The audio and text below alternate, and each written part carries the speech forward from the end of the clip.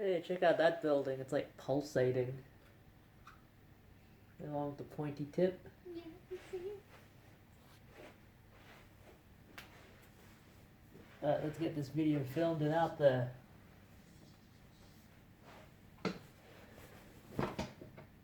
Probably can't see me at all, but it's not too important. Hey guys, we're stuck in a Melbourne hotel for the next 2 weeks. It's a long story. We'll be going over it in this video. We're also reviewing a video game. Check out this view.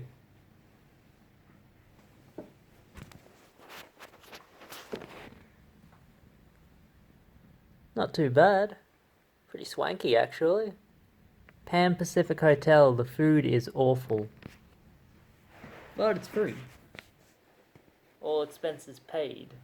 As long as you stay in your room and don't do anything. Alright, Portal video game review. In one of our grander errors in judgment, in the early spring of 2020, I agreed with my mum to bring my wife and myself over with her to Vietnam. It was a trip that would see us explore the country from north to south, starting in Hanoi and stopping in the middle in a small village called Phong Nha, where we would help repair a school house by painting it and installing a ceiling to help weatherproof it. We were also supposed to help paint and do the same for a local medical place, but due to the spread of the coronavirus, they weren't letting foreigners in there. It was a good humanitarian project, and we all enjoyed doing our part.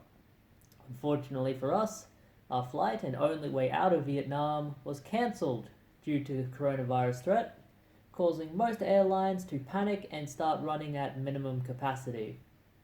Instead of boarding the next flight home in a mad dash to try and escape the country, like most else in our charity group, we instead continue with our original plans to visit Ho Chi Minh City and embark on a series of day tours, which we did enjoy. Almost every day we had another flight cancelled. We had 4 flights cancelled in total and one that just didn't let us on. The very worst was with Thai Airways, who didn't cancel our flight, but also didn't allow us to board it. Turns out they needed a medical test to be done to ensure we weren't bringing coronavirus into their country, which we were only going to stay in for about an hour anyway, because we were just going through transit. Turns out about 100 people didn't board that flight for the same reason as us, because nobody was told until the check-in gates were opened that they needed this test. 2 days later, the government in Thailand changed it so that you could stay in Thailand on transit for under 24 hours as long as you don't leave the airport without a medical certificate. However, by this time, all future flights had been cancelled by that airline and the airport had closed to most commercial flights until April 30th. It was a nightmare, yeah. This brings me to the time of writing. It is the last day of March, and unless we manage to be shortlisted for an emergency flight, edit. We were! Now we're stuck in Melbourne instead of Ho Chi Minh City. It's a lot colder. I tell this story because it acts as what I feel is a good introduction to the review. You get a sense of the events leading up to my playing Portal, and the mindset I was in. Many people are not doing well in isolation, but unless they get to isolate in the comfort of their homes. Many people who have been travelling, whether for business or for leisure or for charity work like us, don't have that luxury unfortunately. And after nearly a week in which I was mostly inside, I was in a mindset where I didn't really want to leave the hotel. Most things were closed outside anyway. I decided to boot up Steam for the first time in over a year. Browsing my unplayed games list, I stumbled across a game that I was surprised I had never beaten, the original Portal. Now, Portal is a game that is quite familiar and fairly dear to me. Portal 2's multiplayer story mode was the first game I completed with my wife, and even though it took us over 10 hours to complete a 5-hour campaign, we enjoyed it immensely and established a bond with each other. Firing up the first game, it immediately made me feel better about my situation and reminded me that things could be much worse. After all, I could not have a laptop.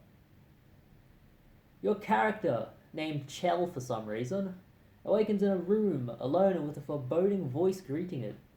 This is GLaDOS, a robot who will cheer you on your puzzle-filled quest and offer you hopeful reward once it is completed. Cake and a party sounds like grand compensation for merely 19 puzzle rooms, and 2-ish hours of your time. The game starts simply. You exit your glass enclosure via a portal that materializes on the wall and you're off. The entire game, in case you didn't realize, is about using these portals to traverse and solve each level. The first few levels are very simple, and even the most novice puzzle game player... Is there a mirror I can look into? Fuck, that city's beautiful. Oh, there's one over there. Yeah. Well, I'll look at myself in the mirror because I'm a novice puzzle game player. You should have no difficulty in acing them. Once you get a portal gun of your own, the levels become a bit trickier, as now you must shoot a blue portal to match up with the orange portal that connect the two. And even later on, you get the ability to shoot both blue and orange portals. Once this happens, the game stops giving obvious hints as to what you're supposed to do, and you're free to complete puzzles any way you see fit.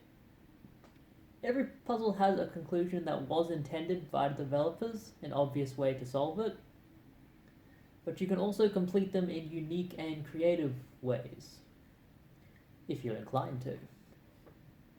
I'm trying to keep this review as spoiler-free as possible, as I know even though this was released all the way back in 2007, there are people who still haven't played it yet until this year, like me.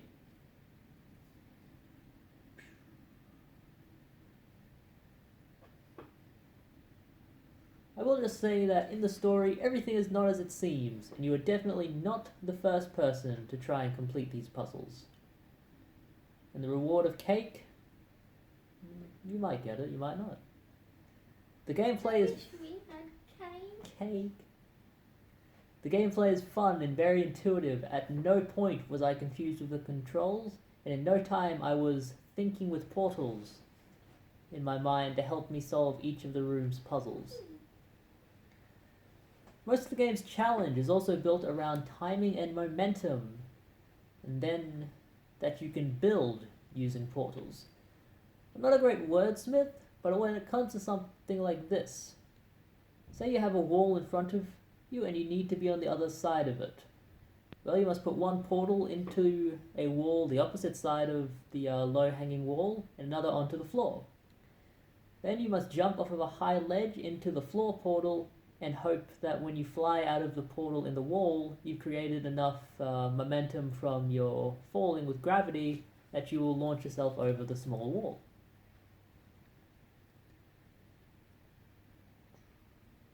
They must have really liked this particular puzzle because at least 4 puzzles in the game use it as a mechanic. It is fun to mess around with portals too, seeing how far you can launch yourself, or just putting a portal above and below you for infinity speed and possible nausea. None of the puzzles are impossible for a first-time player either. I often find in puzzle games like Myst that I run out of options that I can conjure in my mind for a puzzle, and have to look online for a random thing that I either forgot about earlier in the level or missed altogether. I never had that issue in Portal, and while a few rooms had me stumped for a few minutes, experimenting with the portal gun taught me passively how to use it in a better way to achieve my goals. And eventually, I figured out every puzzle on my own. Although at the time of playing, I had already completed Portal 2's multiplayer, so maybe I'd already had plenty of practice in thinking with portals. In the late game, you're met with more dangerous obstacles, cute talking turrets. My wife is terrified of those things. She is grimacing. And hazardous pits full of burning bile, as well as pillars in the inner workings of the building that will kill you should you get in the way of their path. These parts help to add an element of surprise and danger to your journey that I always felt is missing in many puzzle games. I enjoy games like Myst, but there's no danger to it. It's a very real sense of pride when you complete a puzzle in Portal that I just don't get with other puzzle games because of that missing element. I feel like I've defeated enemies and conquered a level instead of just opened a door and then stepped onto an elevator that leads to the next room. The aesthetics and graphics of Portal are also something that needs to be praised. For a game made in 2007, the graphics are beautiful still and stand out to this day. They're perfect for this type of game, and compared to a game like Half-Life 2, which in my opinion hasn't aged as well, these graphics still stand the test of time. Most levels are similar looking, lots of clean white, contrasts well with the blue and orange of your portals. It looks like a lab set up that has been cleaned and sterilized 1,000 times before. And I believe that's what they were going for. I'm also not sure if this was intended, or is more apparent now due to the age of the game, but some of the areas look a bit old as well. You know how an old room can show its age just by the walls being a bit off color compared to what you know the wall should look like? Or there being a little build-up of smudge on a window? That's what a lot of the levels in Portal look like. They're very clean, but you can tell the facility is aging. Especially later on in the game. It could be my imagination, but it looks like an old office building that hasn't been renovated or repainted in years. It's quite charming for people who work in a place like that. Voice acting is top notch, although there is only a single voice actor. Chell is a silent protagonist, which makes GLaDOS the only speaking character in the game. Voice actress Ellen McLean did a fantastic job of the role and really made it her own. The character is often sarcastic and demeaning to the player, but in a backhanded corporate way. Anyone who has worked in an office knows what I'm talking about. It'll seem like you're getting a compliment from them based on their words, but their tone makes it more like an insult. It's pretty hilarious and she does it perfectly. Even later on in the game, when she is threatening and demanding, she maintains that sarcastic note that brings the performance to more dark comedy than to horror. If there is ever another Portal game made, Portal 3 I hope, they need to bring her back no matter what the cost is. Special praise also goes to the ending sequence where she is changing through different personalities. It was a performance that made the grand finale all the more memorable. After the game is over, you also get a cool song that I recommend playing the whole game just to listen to. It's fun and catchy, and it fits with the tone of the game. The full game's story mode is only about 3 hours long, give or take an hour I guess, depending on if you get stuck on one or a few of the levels. But after you finish the main game, there are advanced maps and other goodies to tide you over for another few hours, bringing the total length of the game to about 5 or 6. This may seem short, but given that the game only costs about $8 on Steam, or you could buy the orange box for $15 on Steam. It's a pack that contains Half-Life 2, Portal... what's that other one? The meme game. I would consider it a bargain. Gary's mod. No, it doesn't contain Gary's mod. There is not a standalone physical release of Portal to my knowledge, but the orange box was released for Xbox 360 and PS3. And you can get that for about $15 as well. With PS5 and the Xbox Series X going to be backwards compatible, I imagine you will be able to play them on either of those systems too, so you might want to get a copy now before the price goes up.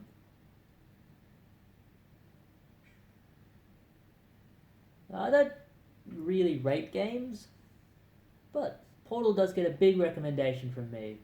It's a perfect little puzzle game for beginners, and for people who are looking for a game that is truly unique and on itself. Unto itself. I'm not sure why there aren't more games like Portal, or that have elements that Portal brought to the game. I really wish there were, and if a Portal 3 ever does get made, I'll be happy to play that one too. And now that Half-Life Alyx is out, and is using VR, who knows what the future would hold for Valve and their first-party games. I can only imagine the possibilities of Portal in VR. But I'm sure it would be astonishing and as game-changing as the original was all the way back in 2007. Wash your fucking hands. And stay inside. And catch up on playing those classics. Secret My House, bidding you farewell. Well said. Hey, it's nighttime now.